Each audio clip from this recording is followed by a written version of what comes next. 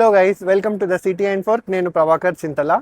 So ఇవాళనైతే ఒక మస్తు informative వీడియోతో మళ్ళీ వచ్చిన. అదేంటంటే, ఇప్పుడు మీరు దుబాయ్కి ఎన్నో ఖర్చు చేసుకొని విజిట్ విసమే జాబ్ కోసం అయితే వస్తారు. కానీ ఇక్కడికి వచ్చినాక జాబ్ ఇప్పిస్తాము, అది ఇప్పిస్తాము అని చెప్పి ఫ్రాడ్ అంటే ఫేక్ కాల్స్ నుంచి అయితే మీరు బయటపడాలి. ఎందుకంటే డబ్బులు వాళ్ళు లాక్కొని డబ్బులు తీసుకొని జాబ్ ఇస్తామని అంటేనైతే దుబాయ్లో మనకైతే కుదరదు. ఎందుకంటే డబ్బులు తీసుకొని ఇచ్చే జాబ్స్ ఏవి కూడా జెన్యున్ జాబ్స్ కాదు, అన్ని ఫేక్ జాబ్సే. ఎందుకంటే జెన్యున్ జాబ్స్ ఎప్పుడు కూడా డబ్బులు అడగరు. సో మరి అది ఎట్లా తెలుసుకోవాలి అనేది అయితే ఈ చిన్న వీడియోలో నేనైతే చెప్తా అనుకుంటున్నా. చాలా మందికి అయితే యూజ్ అవుతుంది. సో వీడియో లాస్ట్ వరకు అయితే చూడండి, స్కిప్ చేయకుండా. అట్లానే కొత్త వాళ్ళు ఎవరైనా చూస్తుంటే సబ్స్క్రైబ్ చేసుకోండి. మీకు ఏమైనా డౌట్స్ ఉంటే కూడా కింద కామెంట్స్లో మెన్షన్ చేయండి. సో ఇప్పుడైతే ఇన్ఫర్మేషన్లోకి వెళ్ళిపోతే, ఫస్ట్ మనకి దుబాయ్లో ఎప్పుడైనా రాగానే మెయిన్గా ఇప్పుడు జాబ్ పోర్టల్స్ ఉంటాయి కదా, దాంట్లోనైతే మనం అప్లై చేసుకుంటూ ఉంటాం. పర్టికులర్గా నేను చెప్తున్నా, ఇండీడ్ కానీ నౌకరీ గల్ఫ్ కానీ ఇట్లాంటివి ఉంటాయి కదా, దీంట్లోనైతే మనము జాబ్స్ అప్లై చేసుకుంటున్నప్పుడు మనకి మెసేజ్ వస్తుంది, ఇప్పుడు ఇంటర్వ్యూ కాల్ వచ్చిందని చెప్పి. మనం ఇప్పుడు ఇక ఎన్నో ఆశలతో అయితే ఇండియా నుంచి జాబ్ వెతుకుందామని చెప్పి దుబాయ్కి వస్తాము. సో అంత హోప్లో అంత ఆశలు ఉన్నప్పుడైతే మనకు సడన్గా ఒక ఇంటర్వ్యూ కాల్ వచ్చిందంటే కొంచెం కాన్ఫిడెన్స్ వస్తుంది, అండ్ ఇంటర్వ్యూస్ కాల్స్ వస్తున్నాయి కదా అన్నట్టు కూడా ఉంటుంది. సో మెయిన్గానైతే ఈ ఫ్రాడ్ ఫేక్ కాల్స్ వాళ్ళు ఎవరైతే ఉంటారో వాళ్ళైతే దీన్ని మస్తు క్యాచ్ చేసుకుంటారు. అట్లా ఇంటర్వ్యూ కాల్స్ వస్తాయి మీకు. మెయిన్గా డుబిజిల్ ఉంది కదా, డుబిజిల్లో జాబ్స్ అప్లై చేస్తే దాంట్లోనైతే almost fake and fraud calls వస్తాయి. జెన్యున్ జాబ్స్ అయితే డుబిజిల్లో నుంచి అయితే ఇప్పటివరకు రాలే. ఎందుకంటే నేను ఫస్ట్ టైం వచ్చినప్పుడు ఎక్స్పీరియన్స్ అయినా, ఇప్పుడు సెకండ్ టైం మళ్ళీ విజిట్ విసమే జాబ్ కోసం వచ్చినప్పుడు కూడా మళ్ళీ అదే విజిట్ ఎక్స్పీరియన్స్ అవుతున్నా. సో అట్లా డుబిజిల్లా మీకు ఇప్పుడు అక్కడ నంబర్ కనబడుతుంది. చాలాసార్లు నంబర్ కనబడుతుంది. నంబర్ చూసిన తర్వాత మీరు దానికి వాట్సాప్లో మెసేజ్ చేయండి అని చెప్పి అయితే ఉంటుంది. మనం ఏం చేస్తాం, జాబ్ వాళ్ళ నంబర్ దొరికింది కదా అని చెప్పి CV ఫార్వర్డ్ చేస్తాం. అండ్ అట్లాగే కవర్ లెటర్ అవి ఉంటాయి కదా, అవి కూడా మనం వాళ్ళకైతే ఫార్వర్డ్ చేస్తాం. సో అట్లా వాట్సాప్ నంబర్ ఉన్నాయి, మనం ఫార్వర్డ్ చేయగానే మనకి వెంటనే ఒక ఈమెయిల్ లేకపోతే మనకి మెసేజ్ వస్తుంది. ఈమెయిల్ ఎట్లా, ఇప్పుడు జాబ్ పోర్టల్స్లో మనం జాబ్స్ అప్లై చేసుకునేటప్పుడు మన ఈమెయిల్ మన ఫోన్ నెంబర్ అయితే పెడతాం, లోకల్ నెంబర్ తోటి అయితే పెడతాం కదా. అట్లా మీకు మెసేజ్ వస్తుంది. మెసేజ్ వచ్చిన తర్వాత దాంట్లో ఎట్లుంటుందంటే, పర్టికులర్గా ఇప్పుడు బేసిక్గా ఫేక్ కాల్స్ ఎట్లాంటి అంటే ఏ పొజిషన్ లెక్క వస్తాయి అంటే, డాటా ఎంట్రీ అని వస్తుంది, లేకపోతే సేల్స్ ఎగ్జిక్యూటివ్ అని చెప్పి అయితే మెన్షన్ చేస్తారు. సేల్స్ ఎగ్జిక్యూటివ్, డాటా ఎంట్రీ అని చెప్పి జాబ్ పొజిషన్ అని చెప్పి వస్తుంది మెసేజ్. దాని కిందనైతే ఇంటర్వ్యూ డేట్, ఇంటర్వ్యూ టైం అని ఉంటుంది. ఈ టైం నుంచి ఈ టైం వరకు రండి.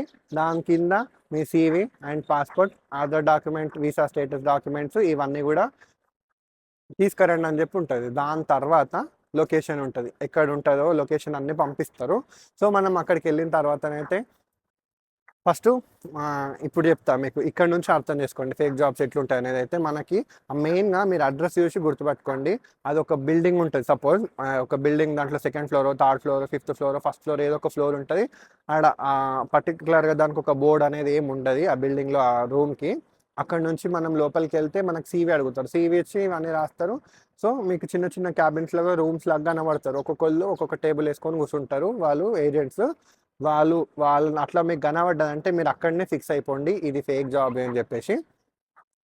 సో వెళ్ళి కూర్చుంటాం కదా, వెయిట్ చేస్తుంటాము మనము. మనకు ఒక రూమ్లోకి పంపిస్తారు. సో మన గురించి చెప్పమంటారు జస్ట్ కొంతమంది. ఇంకా కొంతమంది అయితే అసలు అవేం కూడా అడగరు, CV తీసుకుంటారు. CV తీసుకున్న తర్వాత మనం ఇవన్నీ చూసి, సరే ఇది అంతుంది, మా దాంట్లో సేల్స్ ఇట్లుంది, పర్ఫ్యూమ్స్ లేకపోతే బట్టలో ఏదో, ఇది వాచెస్ ఏదో అమ్మేది ఉంది పొజిషన్ మా దగ్గర అని చెప్పేసి అయితే చెప్తారు.